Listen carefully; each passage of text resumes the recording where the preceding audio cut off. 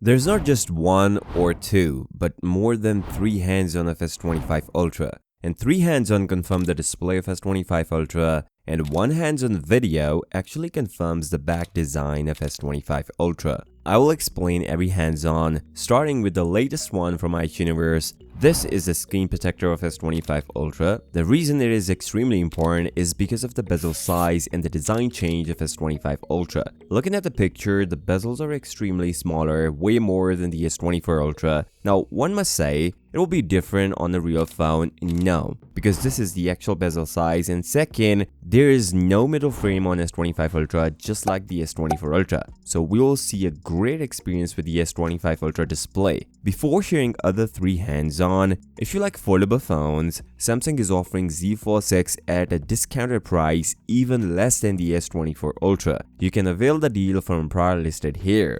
The second hands-on is actually the video of S25 Ultra. Yes, it is a dummy, but it actually confirms a bunch of things about the S25 Ultra. We cannot take much of a display from this, but the back design and the sides are confirmed. The sides are more flat compared to the slightly rounded on the S24 Ultra. When we look at the back, the interesting thing is the camera housing of S25 Ultra. Yes, these cameras do look like the Z Fold 6. And even iUniverse confirmed S25 Ultra camera design would look similar to the Z Fold 6, but is slightly different. And he shared another YouTuber screenshot confirming this is the closest design we could get on the S25 Ultra, which this dummy already confirmed it. The third one is a comparison between the S25 entire series, and I'm not shocked to see S25 Ultra is different from other two. The reason being, it has just got more boxier design. I mean, less rounded from the corners compared to the S25 and S25 Plus. So the ones who are worried about the rounded design shouldn't worry anymore as it is less rounded. This one is another look at the screen protector of S25 entire series. Slightly different but confirming the same design and same small bezel size across all generations. The interesting thing is, Samsung is adding a new display technology, M14, which will boost the peak brightness to 3000 nits from just 2600, and all the previous display issues are fixed with the new display.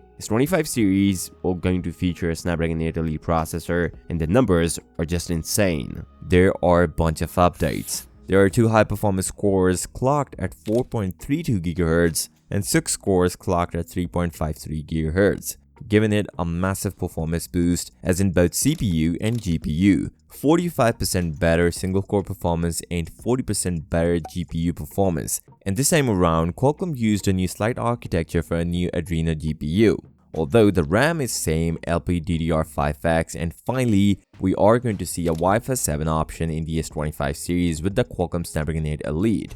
There are a bunch of other figures, but I am more interested in power efficiency. Overall, it will achieve 27% better power efficiency numbers, but the CPU gets 44% better power saving and 40% better on GPU, although I'm still skeptical about the battery life of the S25 Ultra. With such a performance, it's hard to defend the same battery. Remember, if you like S24 Ultra boxier design, you can get big deals right now, which you can check from a prior listed in this video. On this note, if you find value from this video, then give this video a thumbs up and subscribe to the channel. I'll see you next time. Till then, peace out.